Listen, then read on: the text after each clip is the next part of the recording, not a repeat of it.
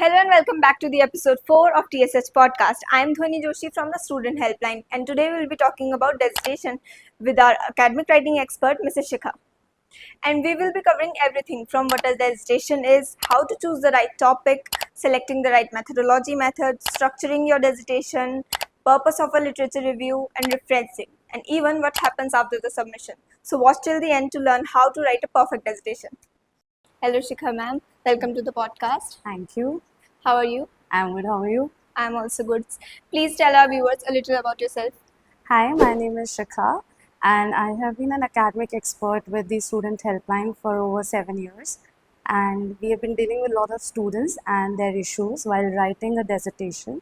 So I think we are going to discuss that only today. Yeah.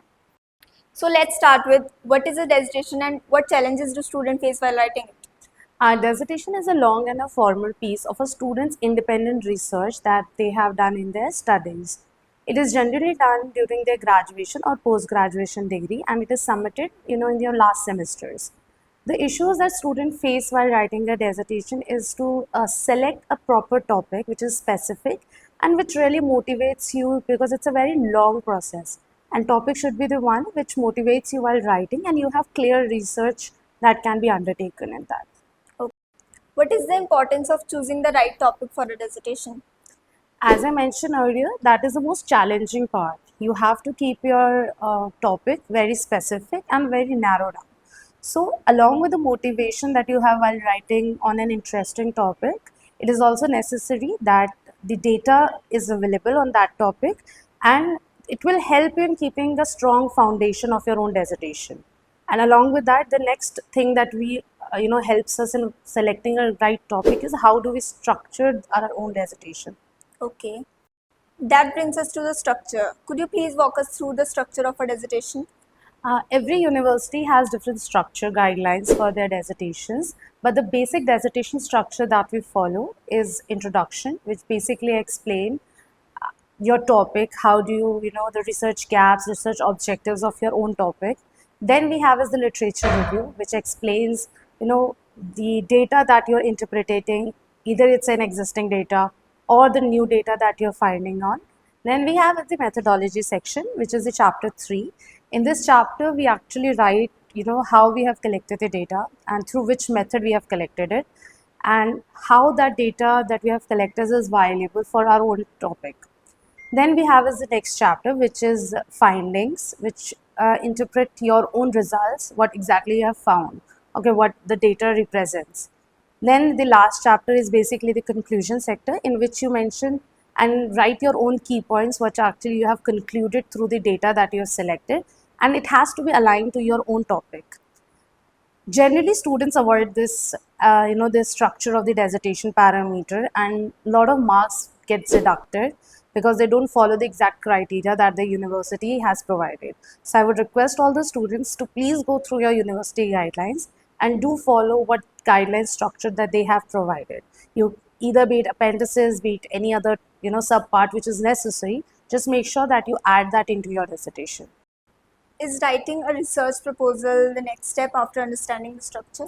Definitely. After going through the structure of your own dissertation, research proposal will act like a roadmap to your dissertation. It will help you in providing the right direction of what you're going to write, how you're going to write, and how it is relevant to your own study.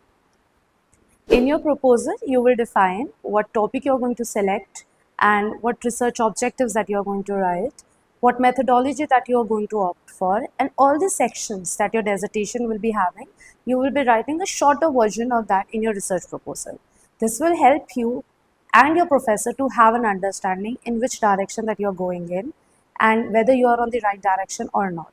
So basically, a focused, a well thought of research proposal will act as a successful journey in writing your own dissertation.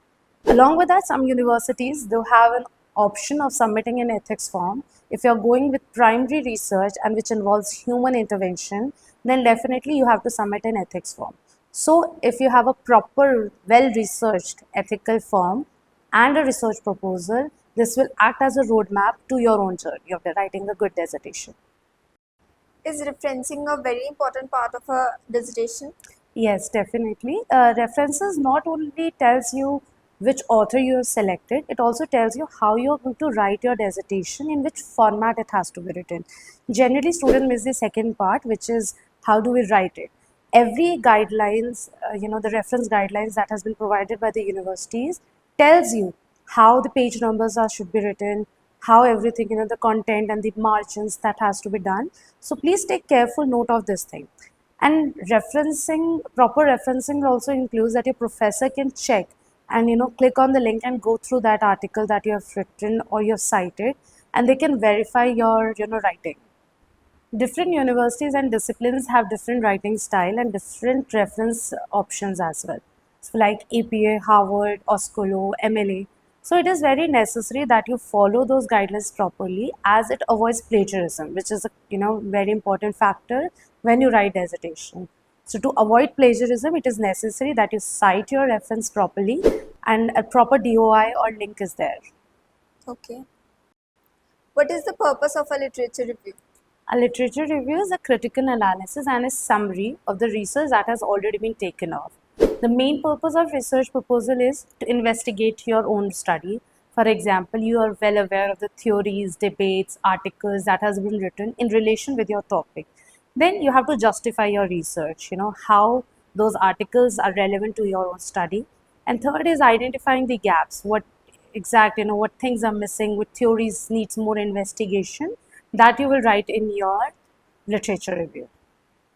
A literature review also includes the summary of those theories that has already been taken, the themes that has been used in those trends, and analyze them, critical analysis, how they are relevant, and write the positive and the negative impacts of those studies that has been taken, and again the identifying the gaps and writing about those gaps which needs investigation. How can a student choose the right methodology for their dissertation? Methodology is a key factor for your dissertation. So it is very necessary that you understand your topic very carefully and realize what exactly you want. If your topic requires personal thoughts or experiences, then go with the qualitative one. And if your topic requires some numbers or statistical figures, then go ahead with the quantitative. Some topics might be there which require both, like to understand the broader perspective you go with the qualitative, and to have a deeper insight of your topic you go with some interviews or one-on-one sessions with any the target audience that you're selecting. In that, you go ahead with the mixed approach. So if you're selecting the right methodology after having a quick discussion with your professor and going through the different dissertations that has been written already on similar or nearby topics that you've selected, so you will have an understanding whether this methodology that you select will get you accurate data that you're looking for, and it is feasible. Like if, for example, getting more data will require more time, so the practicality of collecting data is also required in that. So I would request all the students to please go through your topic again and again, understand what your target audience are and what results or what key objective that you're looking for, and it has to be followed with the approach that you're selecting. How long should each section be in a dissertation? Every university have different guidelines, but the common factor that we follow is dividing some percentage of the total content into each section. So for example, is first to the introduction, it is generally the 10% of the total dissertation. So for example, if your dissertation is of 15,000 words, so 10% will be 1500 will be written into introduction section. Then we have is the literature review, which is 20 to 25%. Then we have is the methodology, which is 15 to 20%. Then we have is the findings, again 15 to 20. Then we have is the conclusion, which is at least 10% or 15% depending on university again. What happens after the submission of a dissertation? Is this the final step? No, after submitting your dissertation, the final step is your presentation or the viva that we call. So while submitting and you're presenting your dissertation in front of the academic researcher or the scholars, and your professor plays a very important role.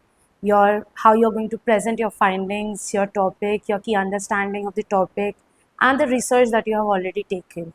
So I would let all the students to please go through your dissertation and your research thoroughly, and just have a quick chat with your professor, because he is the best person to guide you for this presentation. If your presentation is good and it's impressible, then definitely your score will get impacted, because That is actually the show time, and to explain how you've written it and your understanding to the topic, and your how you are giving your input.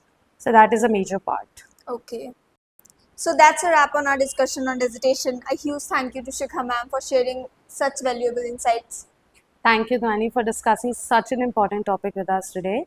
And to all the students who are listening, if you need expert advice or help in your dissertation, please contact the student helpline. They are your go-to place for these things. So now you know how to write a strong dissertation. Choose a focused topic, stay consistent with your research, and always stick to your university's guidelines.